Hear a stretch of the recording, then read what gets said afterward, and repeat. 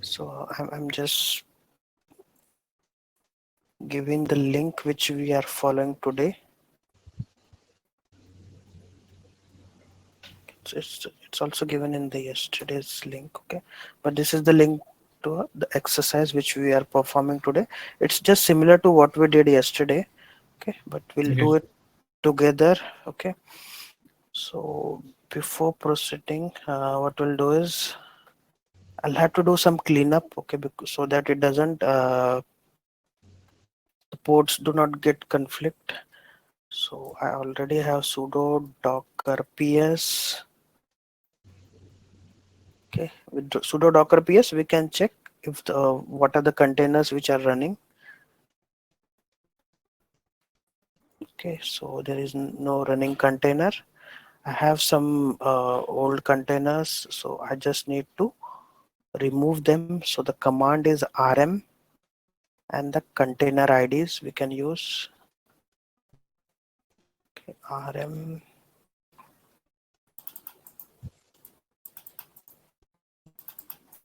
Okay, so I've removed all the containers using rm command. Now again, if I check ps-a, nothing is there. Similarly, I'll remove the images. I think you all don't have any images, but I have. So I'll remove the images all as well. RMI. For removing the containers, the command is RM, and for removing the images, it is RMI and the image ID.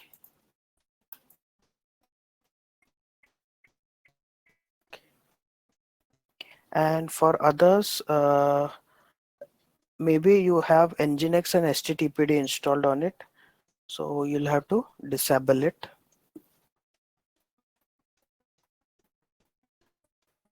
So if you follow the exercise, so we have done the installation yesterday. I think you all can start the installation using apt-get-y install docker io. After installation, follow these steps. Okay, you most of you have this Apache and Nginx installed, so we just need to disable them and make sure that port 80 or 8080 is not in use, because in our some of the exercises we saw that ports were in use.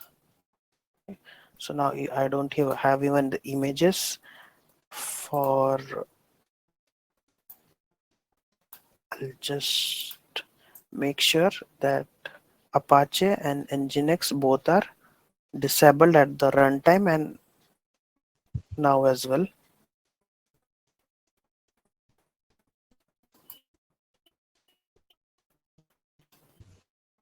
I'll check if the ports are in use or not. So no port is in use. This is something else. Okay. So everything is clean now. Now we can proceed with our Docker installation and running our first container. Okay. So just run this command. I have already done this, but again I'll do.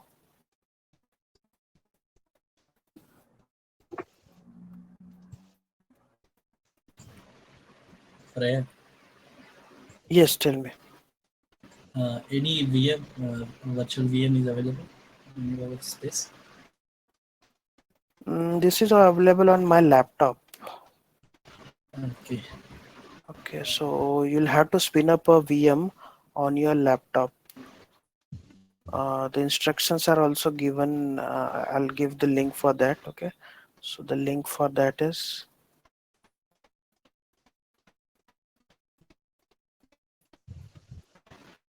Linux. So in this, follow the first two exercises. Install VirtualBox on Windows and install Ubuntu on VirtualBox. This you need to follow. Okay. I think you won't be able to do it today, but tomorrow it would be ready for you. So the links are given in the chat.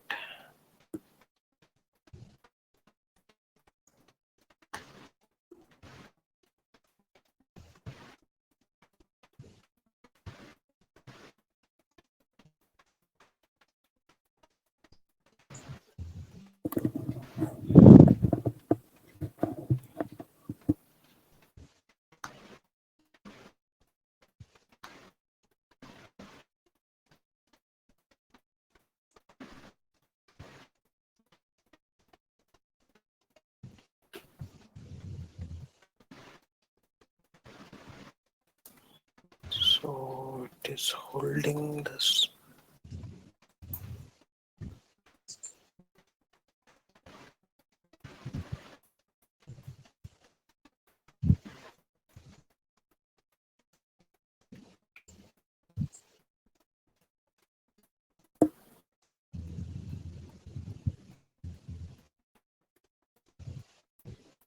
Sudo apt-get docker.io. With this command we'll just install the docker. Okay, the spelling mistake.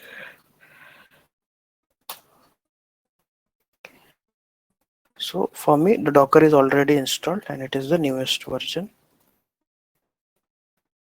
Now the next step is we just need to run an nginx container. Okay,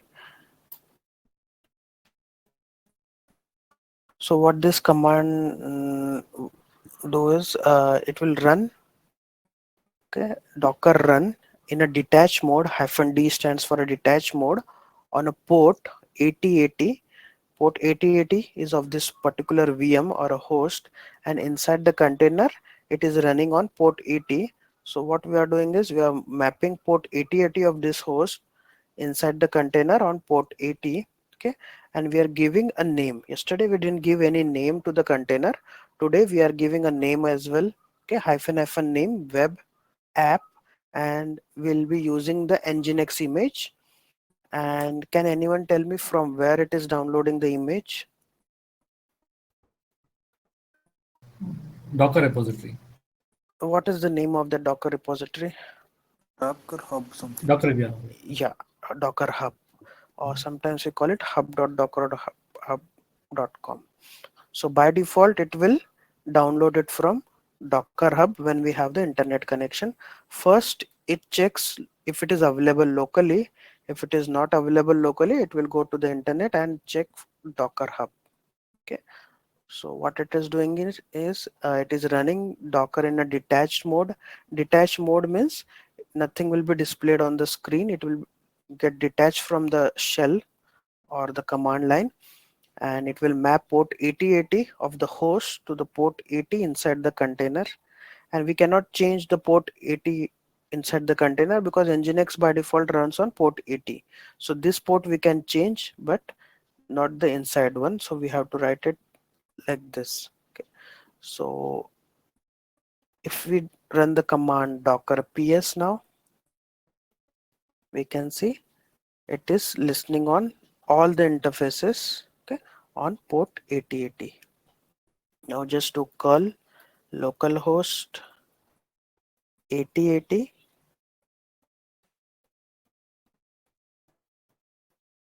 the default nginx page is displayed. Similarly, we can access it on loopback IP address 127.0.0.1, and it's also available on the VM's IP 192.168.1.11. Okay, if I try to access it from the my laptop's browser, which is also in the same IP range 192.168.1. something, here also I can see the default nginx page. Okay, so that is all this exercise is all about. Okay, so when you all are done with the exercise, okay, we can stop this. Okay, now if I want to stop it, just let me know when you're done with the exercise.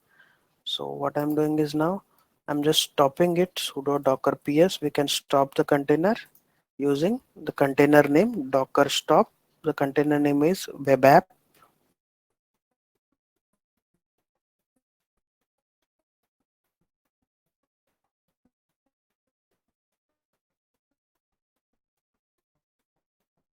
and I'll use the rm command to remove it.